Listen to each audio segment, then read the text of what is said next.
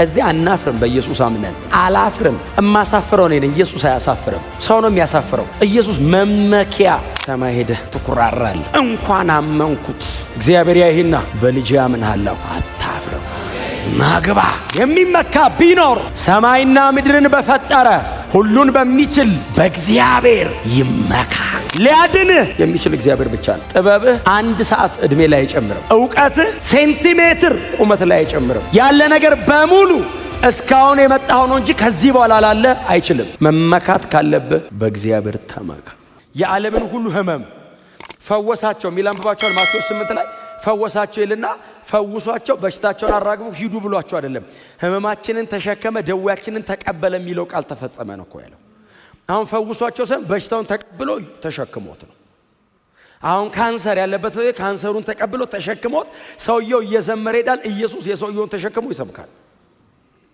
በዚህ አይነት ህመም ውስጥ ነው እንደዚህ አይነት ዲሲፕሊን የነበረው። እና አይ ቲንክ እኛንም በጣም የሚያነቃቃን አይመስላችሁም? አትነቃቁም? በዚህ አትነሳሱም? ሐዋርያቱ ኢየሱስን እያዩ ነው የኖሩት። ኢየሱስን እያዩ ነው የተማሩት። ኢየሱስን እያዩ ነው የጸለዩት። በጣም አቅም እያነሳቸው ለመጸለይ ያቃታቸው ቢተኙም በነቁ ሰዓት ግን ሲያዩ እስቲል እየጸለየ ነው። አቅም አጥሯቸው እንጂ መተኛ ፈልገው አይደለም። ሐዋርያት ሥራ ላይ መንፈስ ቅዱስ ሲወርድባቸው ያደረጉት ኢየሱስ ያደረገው ነው። ስለዚህ ረሃብ ነበራቸው። ያንን ለመሆን ይጓጉ ነበር።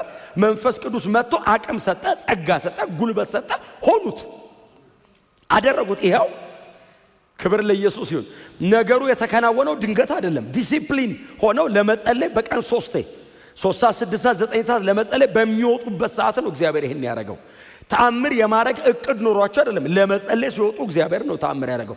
ተአምሩ እግዚአብሔር ዲዛይን ውስጥ እንጂ ጴጥሮስ ፕሮግራም ውስጥ የለም። ድንገት ነው የሆነው። ተአምሩ ብቻ ሳይሆን ስብከቱም ጴጥሮስ እቅድ ውስጥ የለም። ሰዎቹስ ይህንን ለማድረግ የተዘጋጀ ልብ፣ የተዘጋጀ መንፈስ፣ የተዘጋጀ የእግዚአብሔር ቃል ሙላት፣ የተዘጋጀ በመንፈስ መቀጣጠል ውስጣቸው ነበር። ክብር ለእግዚአብሔር ለአምላካችን ይሁን። እና ምዕራፍ 3 ላይ በጣም በአስገራሚ ሁኔታ ሰበኩ።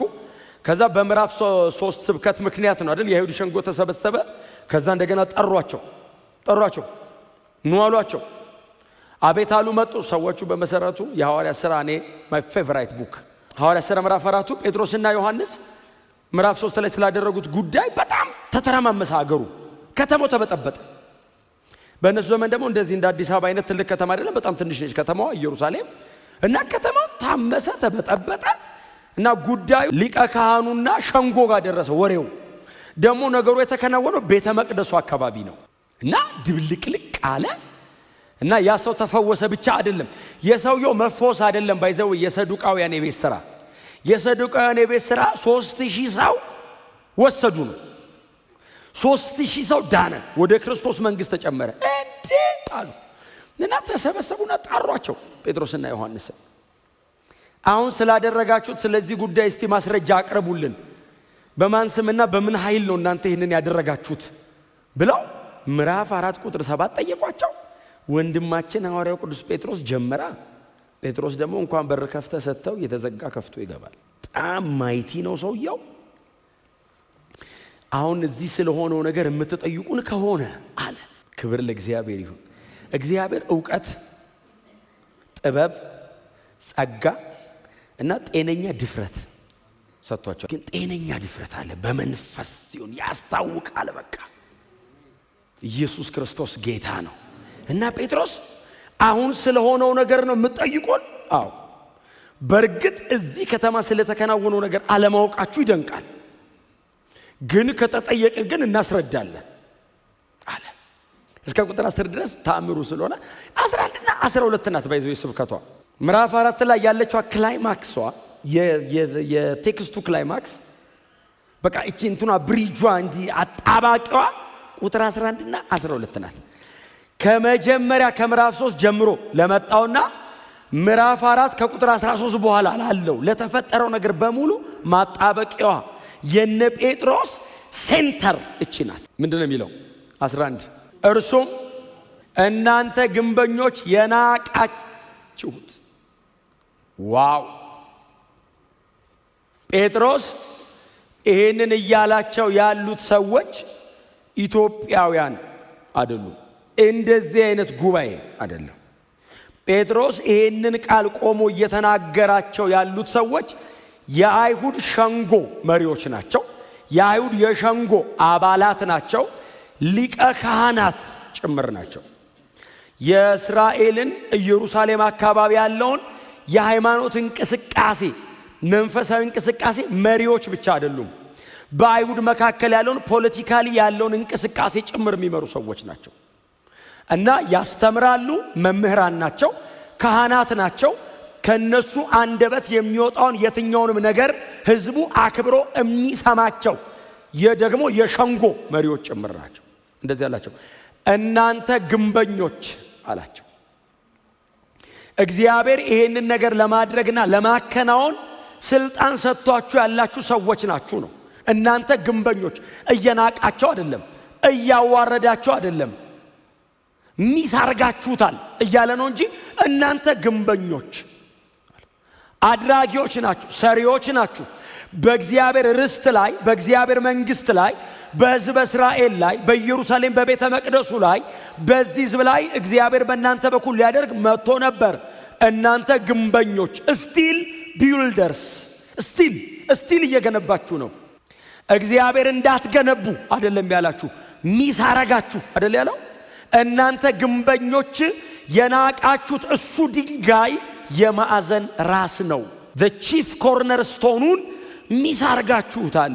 ዋናውን ቤቱ ሲሰራ የቤቱ አያያዥ ሆነውን ዋነኛውን ከመሰረት ጀምሮ ሲወጣ ጠርዝ ተጠብቆ የሚወጣለትን የቤቱን ዋና ነገር ትታችሁት እየገነባችሁ ነው። እናንተ ግንበኞች፣ የናቃችሁት እሱ ድንጋይ የማዕዘን ራስ ነው። ያለ ኢየሱስ ነው የምትገነቡት አላቸው።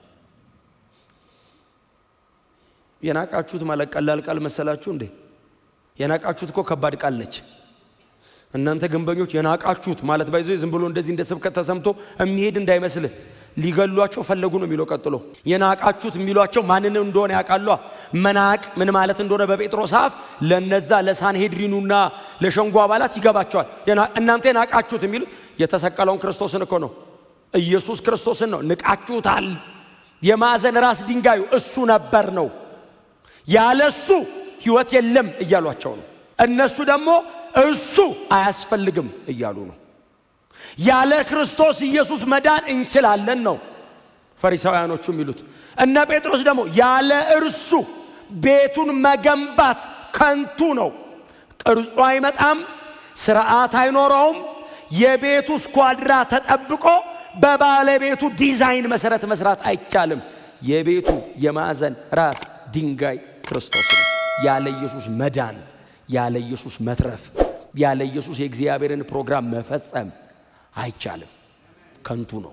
የፈለኩትን ያክል ኢንቨስት ላደርግ እችላለሁ። የፈለኩትን ያክል ዕውቀቴን፣ ጉልበቴን፣ ገንዘቤን፣ አቅሜን ልጠቀም እችላለሁ። ኢየሱስን ሴንተር ኦፍ ፖይንት ካላረኩት ግን ሁሉም ነገር በእግዚአብሔር ፊት ሲቀርብ በዜሮ ነው የሚባዛው። እግዚአብሔር ዋጋ ሰጥቶ የሚለካው የማዕዘን ራስ ድንጋዩ የታለ ይላል እግዚአብሔር። መጀመሪያ ይሄውና ስትለው እሱን አስቀምጧ። መጀመሪያ እሱ ላይ ነው እንድትገነባው የምፈልገው። እግዚአብሔር ኢየሱስን የሕይወታችን መካከለኛ ያርገው። እግዚአብሔር ኢየሱስን የመኖራችን መካከለኛ ያርገው። የምትነግዱ ሰዎች፣ ፕሮፌሽናሊ የምታስተምሩ፣ የምታገለግሉ ሰዎች፣ የተለያየ ሥራ የምትሰሩ ኢየሱስን የሕይወታችሁ መካከለኛ ያርጉት። ነገ እግዚአብሔር ዋጋ እንዲሰጣችሁ። አለበለዚያ ከፈሪሳውያን በላይ ሕግም ይጠብቃል። ጴጥሮስ ባይዘወይ የፈሪሳዊውን የሐናና ቀያፋን ያክል ሕግ ሊጠብቅ አይችልም። ጴጥሮስ አቅም የለውም። ዮሐንስ ሊጠብቅ አይችልም፣ አቅም የለውም። ሕጉን ይጠብቁታል በጣም ግን ደጁን ነው፣ ከውጭ ነው። ቆማ ይሄ ሰው ባኪ እናንተ ግንበኞች ሲል አይ ቲንክ አቤት ይላል። ቀጥሎ የሚለውን አላወቁ። እናንተ ግንበኞች ፕሪቺንግ እኮ አይደለም፣ ዲፌንድ ነው እያደረገ ያለው። እየሰበከ አይደለም፣ እየተከላከለ እኮ ነው። ለተጠየቀው ጥያቄ መልስ እየሰጠና እምነቱን እኮ ጋርድ እያደረገ ነው። እናንተ ግንበኞች ሲል ህዝቡን አሰቡት። አይ ቲንክ ይሄንን የሚያክል አዳራሽ አይደለም እነሱ የተሰበሰቡበት፣ መጠነኛ ነገር ነው። ደጅ ድረስ ግን ህዝብ አለ። ከዛ በኋላ እኮ 5000 አካባቢ አይደል የተጨመረው? ህዝቡን አስቡት። ህዝብ እየሰማ እናንተ ግንበኞች አለ ጴጥሮስ። አቤት የናቃችሁት ድንጋይ። ህዝቡ ማንን የናቁት? ማንን የናቁት? ጴጥሮስ ካለ የተሰቀለውን ክርስቶስን ነው። የናቃችሁት ድንጋይ እርሱ የማዕዘን ራስ ሆነ። ጴጥሮስ በመንፈስ ቅዱስ ኃይል ተሞልቶ ካልሆነ በቀር እነሱ ፊት እችን ሊተነፍሳት አይችልም። ጴጥሮስ ዝነኛ ነው፣ በሁላችን ቤት ዝነኛ ነው። ጴጥሮስን የማያቅ ሲያቀው ደግሞ ጴጥሮስን መካዱን የማያቅ ሐዋርያት ሥራ ላይ የጴጥሮስን ስብከት በጣም ብዙ እኮ መቀበል የሚከብደው እኮ ሶስት ሰው ፊት ካደ ብሎ ነው። ትክክል እኮ ነው፣ ክዷል። ምንም ሊያደርጉት የማይችሉ ሰዎች ፊት ክዷል። እዚህ ጋር ቆሞ የሚሰብከው ማፊት ነው? ኢየሱስን የሰቀሉ ሰዎች ፊት። ኢየሱስን ሲሰቅሉ እጃቸው አልተንቀጠቀጠም ሰዎቹ። መሲሁን የጴጥሮስን ማስተር አንስተው ሰቅለውታል። ምንም አይፈሩም ሲሰቅሉ። ይሰቀል ሲሉ አይፈሩም። እነሱ ፊት ቆማ እናንተ ግንበኞች አላቸው። እናንተ ግንበኞች የናቃችሁት ድንጋይ እርሱ የማዕዘን ራስ ሆነ። አይበቃም የሚሉት ይመስለኛል። ሉቃስ የጴጥሮስን ስብከት ብቻ ስለጻፈ ነው። ጴጥሮስ የጠቀሳት ቃል ዝም ብላ ቃል አይደለችም። ባይዘው ሩት ወርዳላት ወደ ኋላ እስቲ አውጡ፣ ሂዱና አውጡ። መዝሙር 118 ላይ 118:22 ግንበኞች የናቁት ድንጋይ እርሱ የማዕዘን ራስ ሆነ። ግንበኞች የናቁት ድንጋይ። መዝሙረኛው በመዝሙር 118 ላይ ዳዊት ዘማሪና ንጉሥ ብቻ አይደለም። በዚሁ በሐዋርያት ሥራ ምዕራፍ 4 ላይ ጴጥሮስ እንደዚህ ብሏል። ንጉሥ ዳዊት ነቢይ ነበረና ብሏል። he was prophesy ምንድነው የተነበየው? እየዘመረ እያለ ዳዊት ግንበኞች የናቁት ድንጋይ እርሱ የማዕዘን ራስ ሆነ ብሎ ስለ ጌታችን ስለ ኢየሱስ ክርስቶስ ዘመረ። ጴጥሮስ ኮት አረጋት። ያ ጉባኤ ይችን ጥቅስ ሲጠቅሳት ከምን እንደጠቀሳት ያውቃሉ። ለምን? ጸሐፍቶች አሉ፣ ሰዱቃውያን አሉ፣ ፈሪሳውያን አሉ። ብሉይ ኪዳንን ጥንቅቅ አድርገው የሚያውቁ ሰዎች አሉ። ልክ ጴጥሮስ እናንተ ግንበኞች የናቃችሁት ድንጋይ እርሱ የማዕዘን ራስ ሆነ ሲል መዝሙር 118:22 ጠቀሰብን። ቆናቸው እርሱ የቃሉ ሰባኪ ሁን በሉት እስቲ። ክብር ለኢየሱስ ይሁን። ኢሳይያስ 28:16 ብላም ብላችሁ ተመሳሳይ ቃል። ስለዚህ ልዑል እግዚአብሔር እንዲህ ማን ነው የሚለው? ልዑል እግዚአብሔር እንዲህ ይላል፣ እነሆ የተፈተነ ድንጋይ የመሰረት ድንጋይ ለጽኑ መሰረት የሚሆን የከበረ የማዕዘን ድንጋይ በጽዮን አስቀምጣለሁ፣ በእርሱ የሚያምን አያፍርም። እስቲ አሜን በሉ። እንግዲህ የሰራዊት ጌታ እግዚአብሔር እንዲህ ይላል፣ የመሰረት ድንጋይ አስቀምጣለሁ አለ እግዚአብሔር። የማዕዘን ራስ የሆነ ድንጋይ አስቀምጣለሁ አለ። ህዝበ እስራኤል ኢሳይያስ ነብይ ነው። ሲተነብይ አሜን ሲሉ በእርሱ የሚያምን አያፍርም። የት ነው የማያፍረው? መሬትም ሰማይም። እዚህ አናፍርም። በኢየሱስ አምነን አላፍርም። እማሳፍረው እኔ ነኝ። ኢየሱስ አያሳፍርም። ሰው ነው የሚያሳፍረው። ኢየሱስ መመኪያ። እስቲ ጮክ ብሉና ክርስቲያን ነኝ በሉ እስቲ። ድገሙና እስቲ ኢየሱስ ጌታ ነው በሉ እስቲ። አያሳፍርም። በእርሱ የሚያምን በምኑ? እግዚአብሔር በሚያስቀምጠው የመሰረት ድንጋይ በእርሱ የሚያምን። ጎናቸው አልሰው በጌታ እመን እንዳታፍር በሉት። አያይ እንደሱ አይደለም። በደንብ ነቅ አድርጉትና በኢየሱስ ስም እመን አታፍርም በሉት። ሌላም ቃል ላውጣላችሁ። ማቴዎስ 21:42 ላይ ኢየሱስም አሁን ማን ሜንሽን ያደረገው? መዝሙረኛው ዳዊት ስለ ኢየሱስ ነው የተናገረው የዘመረው። ዳዊት ስለ ኢየሱስ ዘመረ። ኢሳይያስ ስለ ኢየሱስ ተነበየ። ድንጋዩን አስቀማጭ እግዚአብሔር ነው አለ ኢሳይያስ። እግዚአብሔር ድንጋይ ያስቀምጣል ብሎ ኢየሱስን የመሰረት ድንጋይ አለው። ማን ነው አስቀማጭ? አብ። አብ የመሰረት ድንጋይ ያስቀምጣል። ድንጋዩ ማን ነው? የመሰረት ድንጋዩ ኢየሱስ። የመሰረት ድንጋይ ትክክለኛው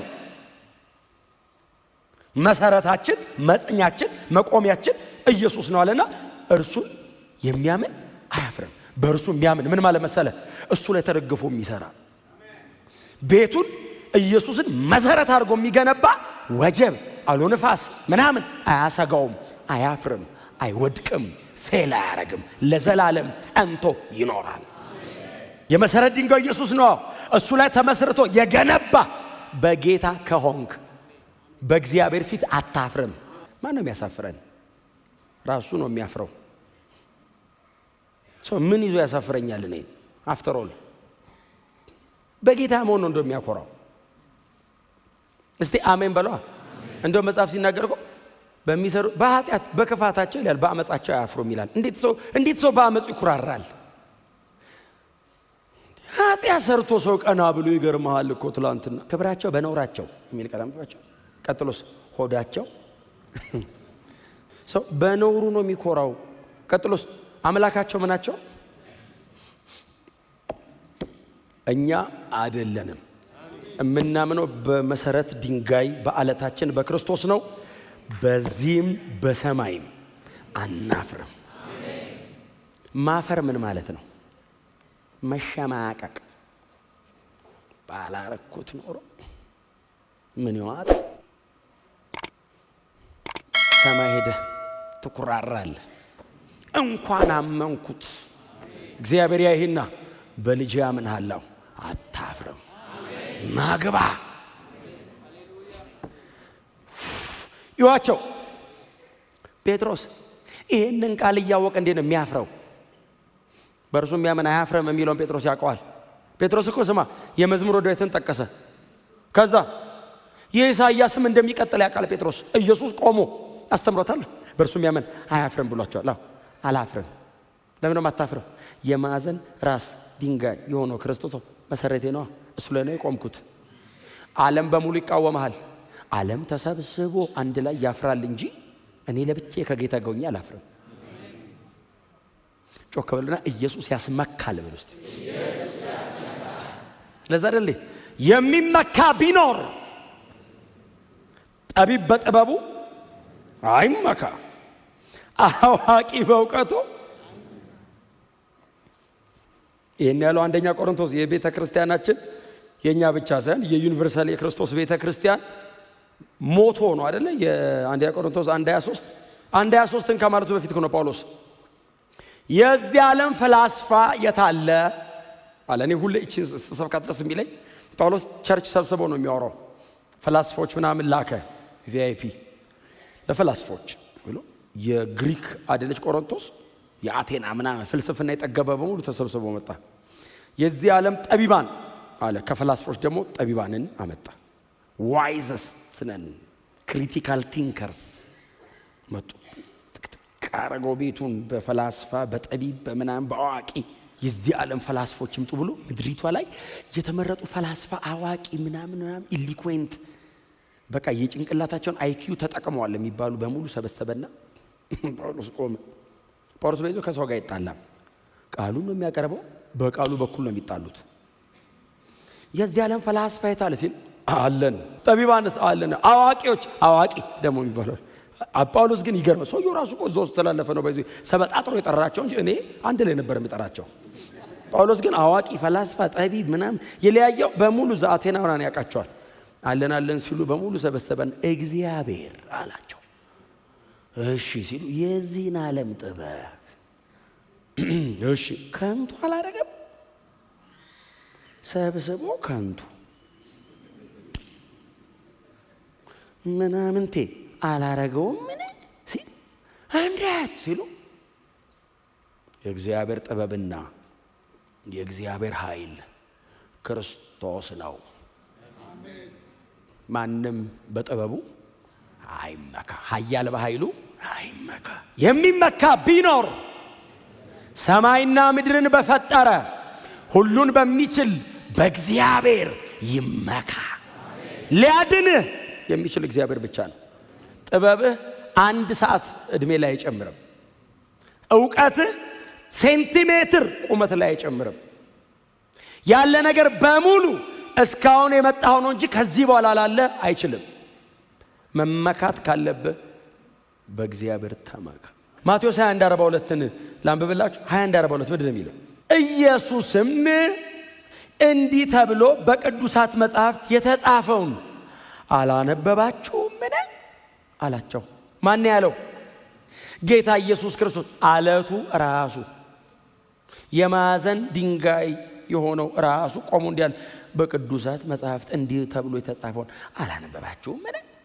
ህዝቡ ምንድን ነው ጌታ ሆይ ሲሉት፣ ግንበኞች የናቁት ድንጋይ የማዕዘን ራስ ሆነ። እግዚአብሔር ይህን አድርጓል፣ ስራውም ለዓይናችን ድንቅ ነው። ጌታ ኢየሱስ ክርስቶስ እንደዚህ አለ፣ የማዕዘን ራስ ድንጋይ ሆነ፣ እናንተ ግንበኞች የናቃችሁታልና እግዚአብሔር ይህንን አድርጓል አለ። ምን አረገ? እናንተ ግንበኞች የናቃችሁትን ድንጋይ የማዕዘን ራስ አረገው። ይህን ያረገው ማን ነው? እግዚአብሔር አረገው አለና በዓይናችን ፊት ስራው ድንቅ ነው። ያደረገው እግዚአብሔር ነው እና እንዲህ ስናየው በዓይናችን ፊት እንካን አታወጣለትም። ኢየሱስ ክርስቶስን መስቀል ላይ ሰቅሎ መዳን በዚህ በኩል ብቻ ነው አለ። ስራው ድንቅ ነው። ይህንን ቃል ጴጥሮስ የጠቀሰውን ቃል ደግሞ ጳውሎስ ጠቅሶታል። ሮሜ 9 ላይ አውጡ። ሮሜ 9:33 ላይ እስቲ ያውጡት።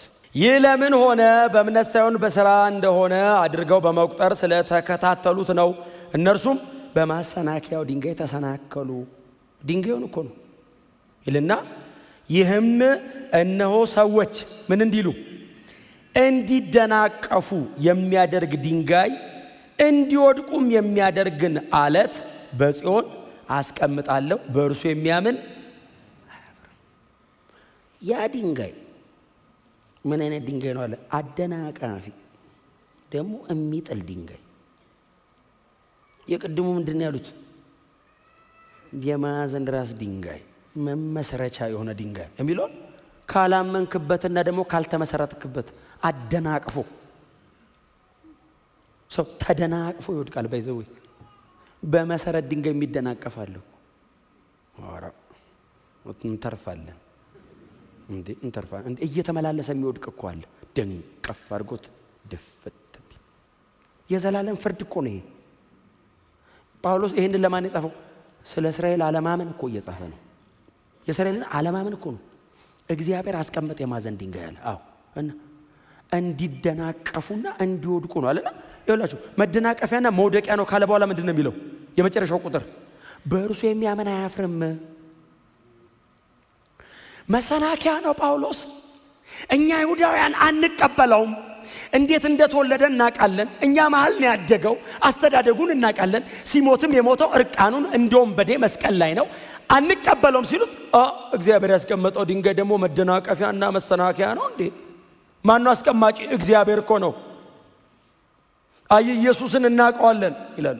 እኔ አንድ በጣም የምትገርመኝ ቃላለች ዮሐንስ ወንጌል ምዕራፍ 8 ትዝትላችኋለች። ጌታ ኢየሱስ ክርስቶስ ከአይሁዳውያን ጋር የተነጋገረባት ክፍልና ባይዘ አይሁዳውያን መጥተው፣ ለዛውም ስሙኝ፣ ዝም ብሎ አይሁዳውያን አይደሉም፣ ያመኑት አይሁድ ነው የሚለው። ያመኑት አይሁድ መጥተው አናገሩት። ከሰማይ ምልክትን ስለማሳየት ምናምን ሲነግሩት አላሳይም አላደርግም አላቸው። በጣም ትንሽ ኦፌንድድ ነው ኢየሱስ። በእርግጥ አንዳንድ የሚናገራቸው ቃላቶች ቀላል አይደሉም አይደል? የሚሰብሩ ነገር ናቸው። እናንተ የፉኝት ልጆች ምናምን አለ። ከአባታችሁ ከዲያብሎስ አለ ሲል አሉት። እኛ ከአባታችን ከአብርሃም ያመኑ እኮ ናቸው ሲከተሉ የነበሩ። እኛ ከአባታችን ከአብርሃም ነን። እንደውም እንዳንተ እንደዚህ በኃጢአት በምን የተወለድን መሰል አናቅም እንዴ? እንደው ዝም ብሎ የሆነች ተአምር ስታደርግ ተከተልህ እንጂ እኮ ወደ ኋላማ ከጠየከንማ አንተ እኮ እንዴ በኃጢአት ነው የተጸነስኩ አሉት። ብዬ ነበር አለ ኢየሱስ። ከዲያብሎስ ነው ከአባታችሁ ናቸው አላቸው። በኃጢአት ነው የተጸነስኩ ሲሉት ብዬ ነበር እኮ አለ። ከአባታችሁ ከዲያብሎስ አለና ከዛ ምንድን ነው ያላቸው? እኛ የአብርሃም ልጆች እንዴ? አብርሃምማ ቀኔን ናፈቀ። አብርሃምማ እምመጣበትን ቀኔን ናፈቀ። ጓጉቶ እንደዚህ ብሎ ቀኔን ናፈቀ አለና አብርሃም ሳይወለድ እኔ ነኝ አለ። አንዱ ከባድ አይሁዳዊ ሰብሮ የሚጠልቃል። አባታችን አብርሃም ምናምን ሲሉት አብርሃም ገና ሳይፈጠር እኔ ነኝ፣ ወደ ኋላም ወደፊትም ለዘላለም እኔው ነኝ አለ። እኔ ሲል ተሰናክለውበት ተመለሱ። ተሰናከሉ።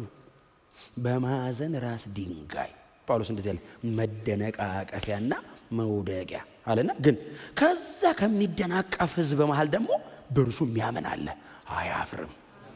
እስቲ አሜን በሏ። ክብር ለኢየሱስ ይሁን። እግዚአብሔር የተባረከ የተመሰገነ ይሁን። አንደኛ ጴጥሮስ ላይ ምዕራፍ 2 ላይ ቁጥር 7 ላይ ራሱ ይሄ ሰባኪ ከ10 ዓመት በኋላ አንደኛ ጴጥሮስን ጳንጦስ፣ ገላትያ፣ ቀጰዶቅያ፣ እስያና ቢታንያ 5 ከተሞች ላይ ተበትነው ለነበሩ ሰዎች ደብዳቤ ሲጽፍ አንደኛ ጴጥሮስ ምዕራፍ 2 ቁጥር 7 አሁን ዛሬ ቆሞ እየሰበከ ነው። ያኔ ደግሞ ትንሽ እድሜውም ሄድ ነገር ብለዋል። አይ ቲንክ ምናልባት 50ዎቹ አካባቢ ነው ኤዲው እና እሱም ትንሽ እድሜው ሄድ እያለ ነው እና አንደኛ ጴጥሮስን ሲጽፍ ምዕራፍ 2 ቁጥር 7 ላይ እኛን ሕያዋን ድንጋዮች ይለናል። አሁን እኛ ሕያዋን ድንጋዮች ነን ይልና አንዳችን በአንዳችን እየተገጣጠምን ለእግዚአብሔር ሕያው የሆነ መስዋዕት ለማቅረብ የምንሰራ የክቡር እግዚአብሔር ቤተ መቅደሶች ነን። እኛ ምንድነን? ሕያዋን ድንጋዮች። ድንጋይ ብቻ አይደለንም፣ ሕያው ድንጋይ። እስቲ አሜን በሏ። ስለዚህ ዛሬ ጎናችሁ እርሱ ሕያው ድንጋይ በሉት። እያወራ ያለው ስለዚህ ድንጋይ እንዳልሆነ ታውቃላችሁ መቼስ። ድንጋይ ስራው ምንድን ነው? ተገጣጥሞ ቤት መገንባት ነው። እኛ ሕያዋን ድንጋዮች ነን። ኢየሱስስ ክቡር የማዕዘን ራስ የሆነው ድንጋይ ነው። እሱ ላይ ተመስርተን ለእግዚአብሔር ሕያው መስዋዕት ለማቅረብ ለምንድን ነው ተገጣጥመን እንደዚህ የምንቀመጠው? ለምንድን ነው የምንማረው? ለምንድን ነው የምንጾመው? ለምንድን ነው የምንጸልየው? ለምንድን ነው ይሄው ያገለግለው ማዘጋጃ አልቋል። በየዲፓርትመንቱ ገብተን ተሰባጥረን የምናገለግለው ለምንድን ነው? ይሄ ሁሉ ልፋት ለምንድን ነው? ይሄ ሁሉ ትጋት ለምንድን ነው? ሲቃዩ ለምንድን ነው? ትንቅንቁ ግብግቡ ዝም ብሎ መኖር አይቻልም? ይቻላል እኮ። ለምንድን ነው ክሮስ የምንደራረገው? ለምንድን ነው የሚያመኝ ቁርጥ ሲል እምለው? ለምንድን ነው?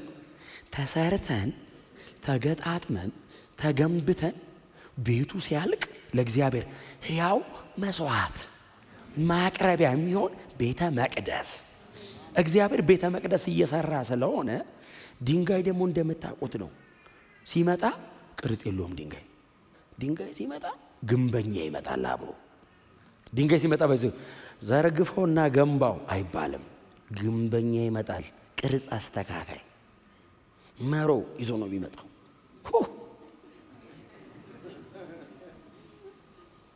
እኔ ድንጋዩ አያሳዝነኝም፣ ግንበኛው ነው የሚያሳዝነኝ። ድንጋዩማ ድንጋይ ነው፣ አቤት አይልም። እኛ እኮ ሕያዋን ድንጋዩ ስለሆነ ነው የምንጮኸው እንጂ ሌላ ነገር ድንጋይ ማይሳም። እኛ ሕያዋን ነና ያረግና አንዳንዱ ስማ በእንዲህ ጠርዝ በመሮ ብቻ አይደለም የሚወጣለት፣ በጣም ትልቅ ነው እንትኑ ትርፉ እና ቁጭ ያደረገውና በመራጃ ለሶስት እናንተን አይደለም እያልኩ ያሉት ሲሰራ ነው። እዚህስ መንፈስ ቅዱስ በምን? በእግዚአብሔር ቃል። የእግዚአብሔር ቃል መዶሻ ነዋ። ቁጭ ብለህ ስትሰማ ያደጋል። ምን ያገኘኝ ትላለህ። ይሄ ለማከክ የማትደርስበት ቦታ አለ። እንደዚህ የእግዚአብሔር ቃል ይነካዋል።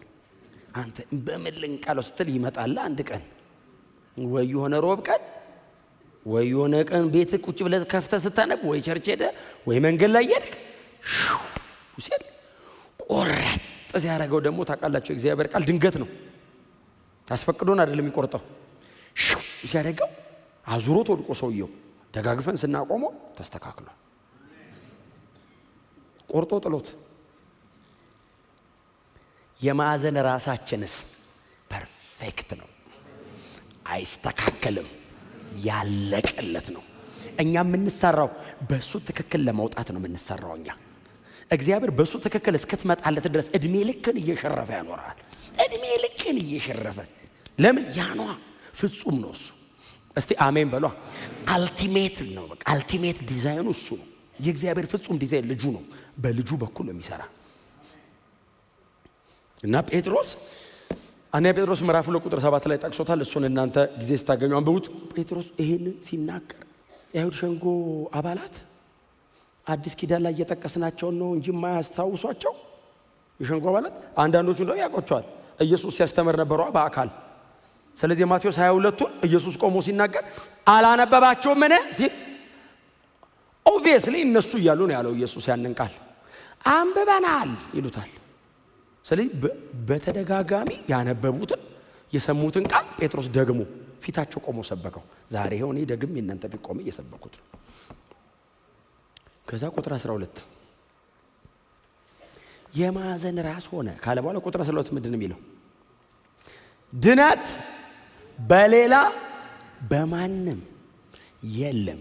ይሄ እኮ የተረጋገጠና የጸና የክርስትና መቆሚያችን ነው።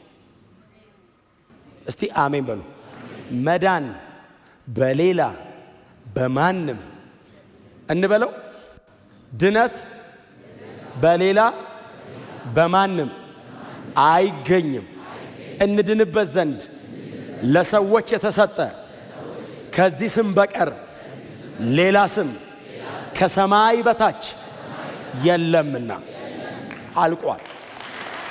የለም የለም የለም። ለመስማትም ዝግጁ አይደለንም፣ ፈቃደኛም አይደለንም፣ ደሞ የለምም። ክብር ለኢየሱስ ይሁን። ድነት በሌላ በማንም። ምን አይነት ሰባኪ ነው ጴጥሮስ? እኛ ጴጥሮስ ያለው ላይ ቆሜ ነው የማወራው። ጴጥሮስ የመጀመሪያ ስብከት ነው ሸንጎ ፊት ድነት በሌላ በማንም አይገኝም ይላል። ጁዳይዘርስ ሕግን በመጠበቅ በተለያየ መንገድ ሪቹዋልስ በምንደጋግመው ስርዓት ሲሉ ኖ ድነት በሌላ ባይዘው አይሁዳውያን ናቸው። ጣዖት አምላክ ያድሉ ጣዖት አምላክ ያድሉ።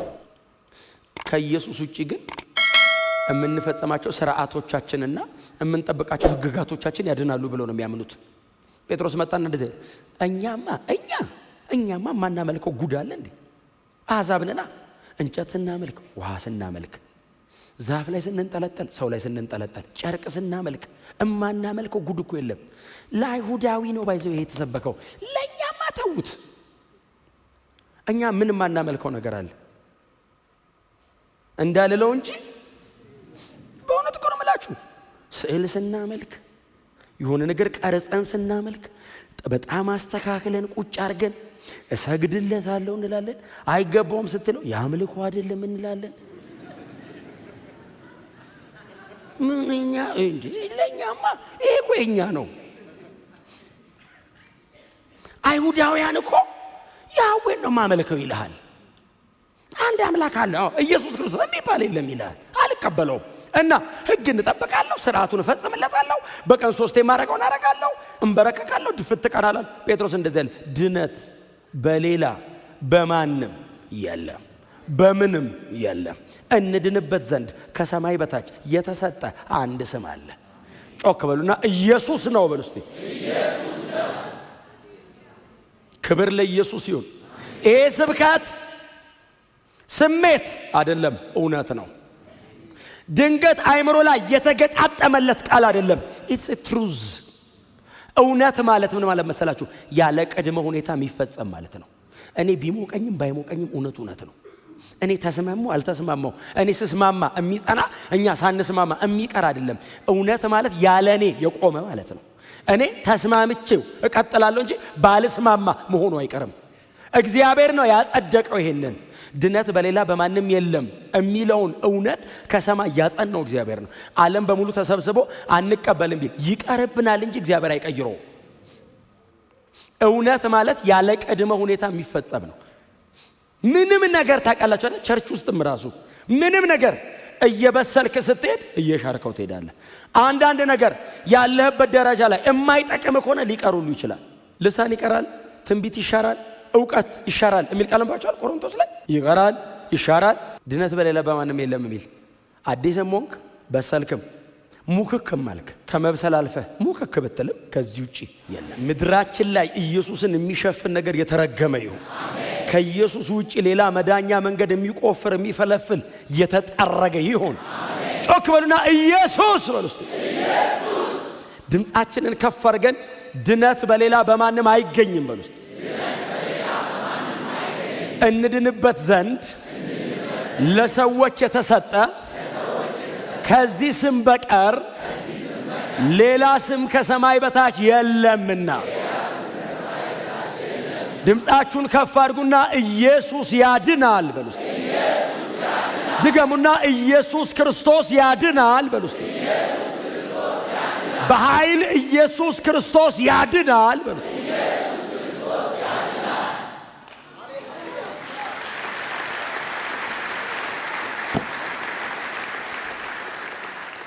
ምናልባት እንደነዚህ አይነት ክፍሎች ሐዋርያት ሥራ ላይ ብዙ አሉ ብናነሳ።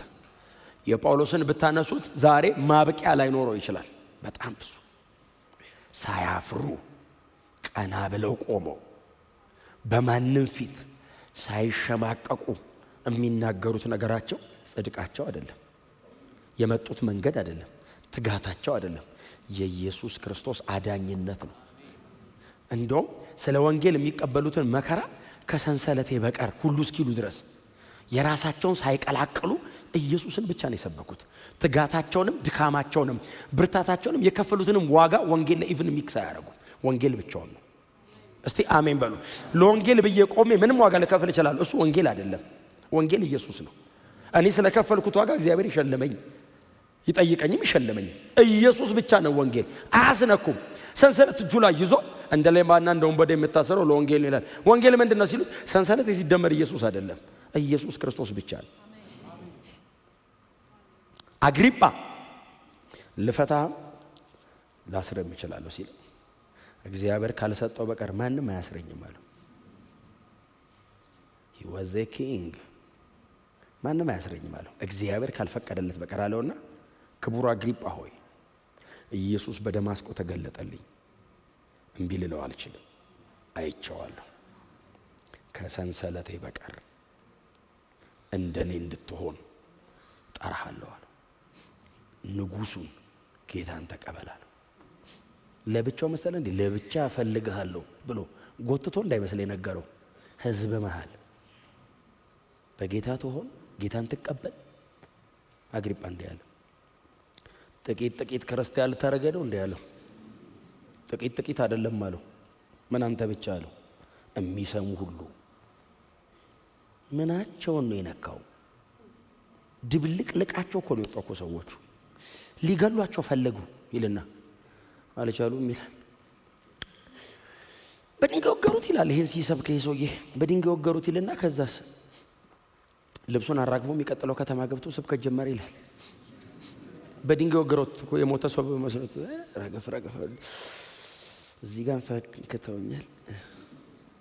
ልብሱ ደም በደም እኮ ረገፍ አድርጎ እስቲ ልብስ አምጡልኝ ሌላ ብሎ ቅዱሳን ተለዋጭ ልብስ አመጡለት። ልብሱን ቀይሮ ሐኪም ሉቃስ አለ እስቲ እቺን ጠረቅ ዶክተር ሉቃስ አለ እስቲ እዚህ ጋር ብዙ ዳደሙኝ እንዴ እስቲ እንትን አድርግልኝ ብሎ ምክንያቱም የሐኪም ተጽዕኖ ነበረበት ጳውሎስ አይደል? እና ታከመ። ከዛ ገባይልና ሰበክ ይላል። ወንጌል በሁሉ ነገራቸው ወንጌል ሰበኩ። እውነቴን ነው የምነግራችሁ። ለምን መሰላችሁ? ከትንሽ ዓመት በኋላ ዞራችሁ ስታዩት የማትጸጸቱበት ነገር ወንጌልና በእግዚአብሔር መንግስት ላይ የምታደርጉት ነገር ነው የማይጸጽታችሁ። ምንም ነገር ይሰለቻል። የሆነ ቀን ለምን አረኩት ነው። ወንጌልስ በአንተ ምክንያት የዳነ ሰው ስታይ፣ በአንተ ምክንያት የተለወጠ ሰው ስታይ፣ አንድ ሰው በአንተ ምክንያት አንተ ጥቂት ተራምደህ እግዚአብሔር ብዙ ሄዶ ማለት ነው የተለወጠ ሰው ስታይ፣ ዘመን ሁሉ ለጌታ ለመኖር ኢነርጂ እሱ። ክብር ለኢየሱስ ይሁን። ጮክ በሉና ኢየሱስ ያድናል በሉ እስቲ። ዘጸአት ምዕራፍ 3 ላይ እኮ እግዚአብሔር መጣና ለሙሴ ምንድን ነው ያለው? ሂድና እስራኤል ላድን ነው ሂድ ሲለው፣ ማን ላከ ቢሉ ማን ልበል? ያለና የሚኖር ነው ስሜ። አይ አም ነው ስሙ። እግዚአብሔር እኔ ነኝ ነው ስሙ። ማን ነው ስምህ? እከሌ ነኝ። እንዴት ይበለ? በምን ውስጥ ተሰብስቦ ይግባ? እግዚአብሔር ማን ነው ሲሉት እኔ ነኝ። ማ ሲጀመር እኔ ካለ ፊቱ አቆመ። እኔ ካለ ምድር ነው የምትፈርሰው። ኢየሱስ ባህር ላይ ሲመጣ ትዝ ይላችሁ ለሙሴ እሱን አለው፣ እኔ ያለና የሚኖር ነኝ። I am. Wow. The name I am. እኛ ባይዘው እኔ ካልን ተሰቅያለሁ ለማለት ነው። ከዛ ውጪ እኔ አንልም። እሱ ላይ ጀምረን እሱ ላይ ነው የምንጠራው። እሱ ብቻውን በራሱ ይኖራል። እኔ ነኝ አለ። ኢየሱስ መጣና ማን ነህ ሲሉት እኔ ነኝ አለ። አንተ ከሆንክ ጥራኛ። ማንም ሰው ባይዘው የምታጣሩት ማን ነህ እኔ ነኝ ካለ ና ግባ። ኢየሱስስ እኔ ነኝ ሲል አንተ ነህ ጥራኝ ና። ክብር ለኢየሱስ ይሁን። የሚያድን እሱ ብቻ ነው። ድነት በሌላ መንገድ የለም።